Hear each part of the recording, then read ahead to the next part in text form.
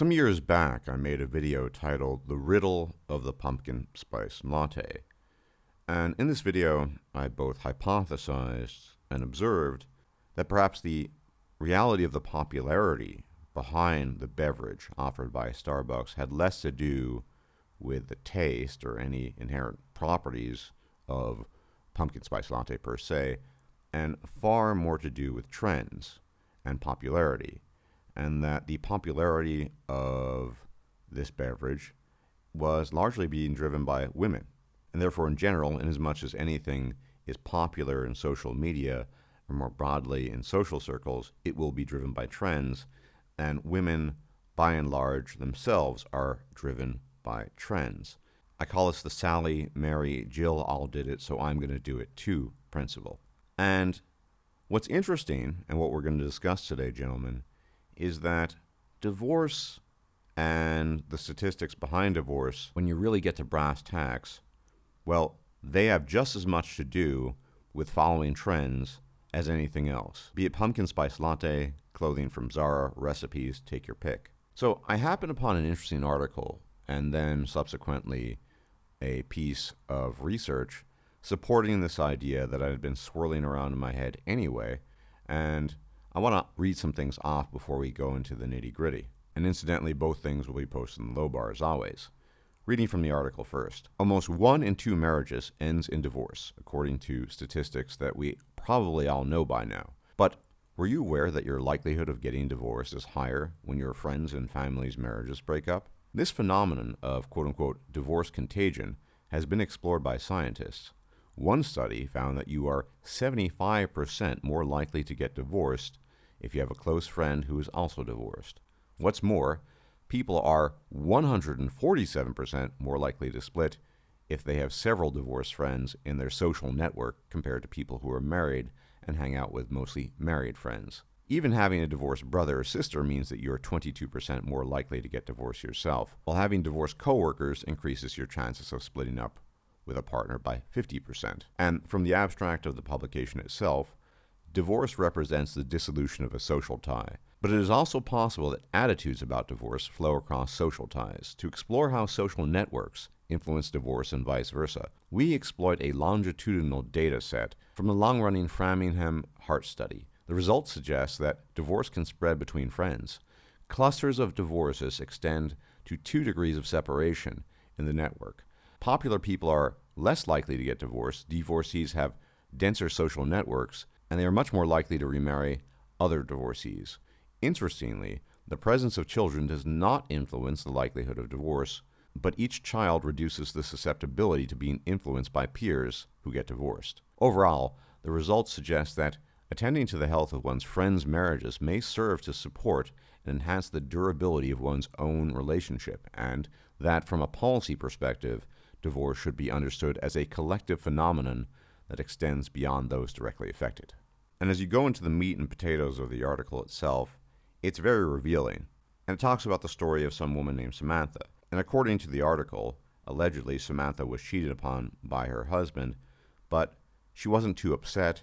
She basically had no investment in the relationship to begin with. And the article discusses then at length how she felt emboldened by the divorces of her friends, and we all know that means female friends, to go through the process and do what she felt was quote-unquote right, because she had been dissatisfied in the marriage regardless.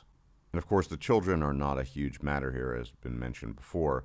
She just realized that her friends were doing it, so she could too. So what is the gist of what I'm suggesting here? Well, what I'm suggesting here is pretty simple. If you have clothing that is driven by trends, that is to say, clothing that becomes popular because a few women endorse that type of clothing, or beverages in the case of pumpkin spice latte, or really anything that's considered trending, women are going to latch onto that. Women, at the end of the day, are much more tied into their social circles and driven by their social circles than are men. And so, although it's never explicitly mentioned either in the publication or in the article that this principle of divorce contagion is driven by women, it is implicitly almost certainly the case. How do we know this? Well, no matter where you look in the world, assuming data are available for those places, you generally get a rate of divorce initiation by women of 70%, which is to say, of all the divorces that take place in the world, on average, women initiate divorce 70% of the time, which means they are the major initiators of divorce and the major purveyors of divorce. So when you get an article like this or a publication that suggests that people are people, and let's read into people women, are more likely to get divorce because their friends have divorced, or because family members have divorced, or coworkers have divorced, that's telling you almost the entire story already. Why? Because women are driven by trends. Women follow social circles. In a way, it's a kind of vetting of behavior itself. Now, we all know that women engage in social vetting in their mating strategy. Let's go back to the Sally, Mary, Jill principle. So let's say somebody asks Sally if she thinks Bobby is attractive or interesting as a potential partner. She'll say, maybe, not really. But then Sally somehow hears that Jane down in the office thought that Bobby was okay. And then on top of that, she also hears that Dana wanted to date Bobby, and now she gets interested. And now, slowly but surely, she's changing her mind. And then Sally, in a random conversation, hears from Mary that maybe Bobby was pretty good looking after all. And then Jill hears from all of these people, and even though she had no opinion of Bobby whatsoever in the beginning, she now thinks that Bobby's quite desirable because several females in the office have all confirmed this. This is what we call the vetting process. And it's a heuristic that women use in their mating strategy, obviously, because it's not always directly or obviously clear if a man is suitable.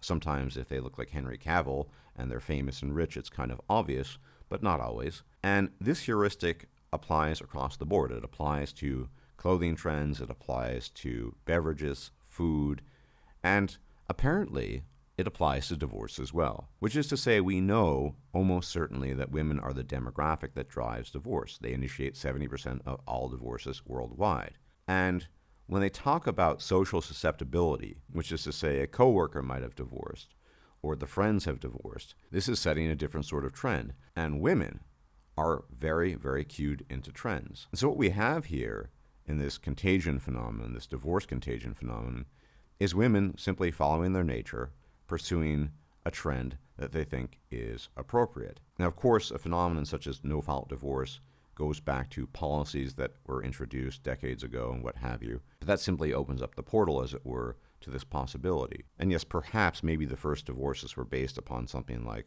actual abuse, but as more and more women engaged in this practice, more and more women felt emboldened at a macro scale, not just due to friends, to do so.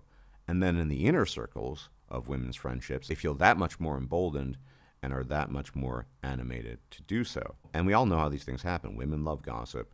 They like to gather in large social circles, talking about what he said and she said, and what Sally did, and what Jane did, and what Mary did, etc., etc. And would it be surprising that divorce in particular would be a thing that they would discuss? Of course, because social relationships, for better or worse, are paramount to women. They're the most important things in their lives. And when you take a woman that you've married in a foreign country where perhaps divorce laws are more strict, or perhaps it's not as common, when you bring her back to your own country, a Western country, and she, quote unquote, makes friends with other women, the risk of divorce increases enormously. And so I don't think any of this should be surprising. Women's behavior is largely driven by social networks, and women's behavior in terms of what they favor and think is appropriate is also driven by social networks. Social opprobrium tends to stop them from doing things, and the lack thereof tends to empower them to do things. And this is why, in former times, if you look at novels such as The Scarlet Letter, the idea of shame is such a powerful factor in constraining certain types of female behavior. But in today's society, that doesn't exist. Therefore, many, many women feel emboldened to do certain things, and the other women follow suit. And this would be that much more powerful principle in quote-unquote intimate friend circles, where they're exchanging gossip and talking to each other every day about these things. So this is a pretty interesting find, but at the end of the day, it's not surprising at all. So let's summarize this again. We know that women are the primary drivers of divorce in the world. We also know they are creatures of the herd. They follow trends. If enough women vet a man, they will find that man attractive and interesting. If enough women wear and say a dress from Zara's is really nice, they will think that too. If enough women drink pumpkin spice latte, they too will drink pumpkin spice latte. And so it goes for virtually everything. Trends, social vetting, and social acceptance is the driving force behind women's decisions in life. And apparently, based on the data, this too applies to divorce. And I say apparently here, obviously ironically, because it shouldn't surprise anybody. Gentlemen, thanks for tuning in. And if I'm still alive, I will check you out later. Until then, may the gods watch over you. Bye-bye.